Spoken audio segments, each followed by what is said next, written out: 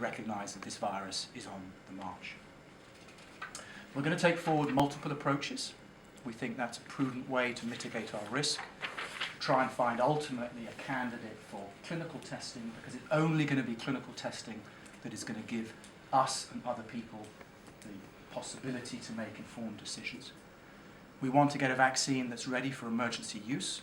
It's no good having a vaccine ready in 5, 10 years.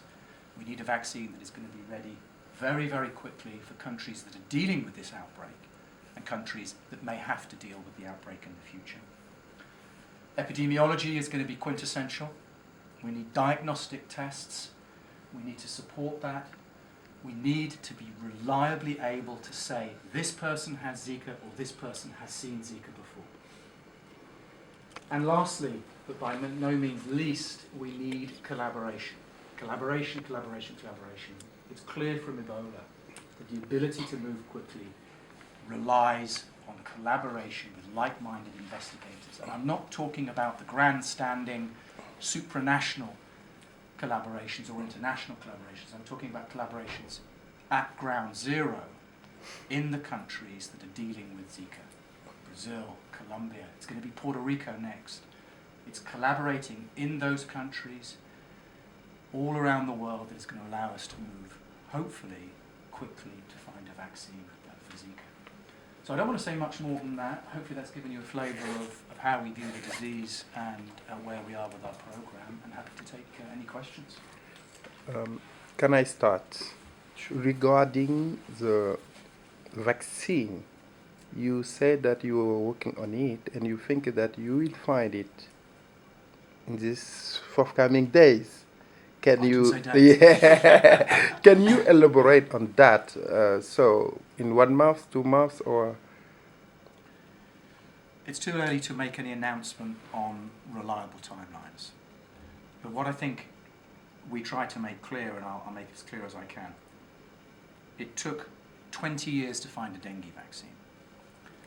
It takes typically 10 or more years to find pretty much any vaccine. That's too long for Zika as it was too long for Ebola. So what we need to do is make sure that our research activities are running in parallel. We need to make sure that that collaborative network is used to its maximum to move as quickly as possible. We need to take risks. We need to make decisions based on sometimes limited data. If we do all those things, particularly with our partners, we should be able to cut years off the typical timeline. What would you do to shorten these things? Do you need the collaboration of WHO, the collaboration of people who are ready to make the test, or what would you need right now? Well, I think it's 3 things that I mentioned, but I'll elaborate. Yeah. Certainly collaboration internationally, Mm-hmm. regionally is going to be really important to move quickly, right? Because that allows you to understand the disease better, to cross-fertilize in the research and development activities.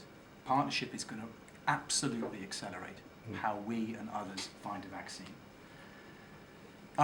We need to not do the traditional sequential series of activities. We need to be running activities in parallel, and that incurs some risk. We need to be having dialogues with regulatory agencies all around the world to try and find innovative pathways for accelerated licensure. It's all of those activities, including leveraging our dengue infrastructure clinically, industrially, scientifically.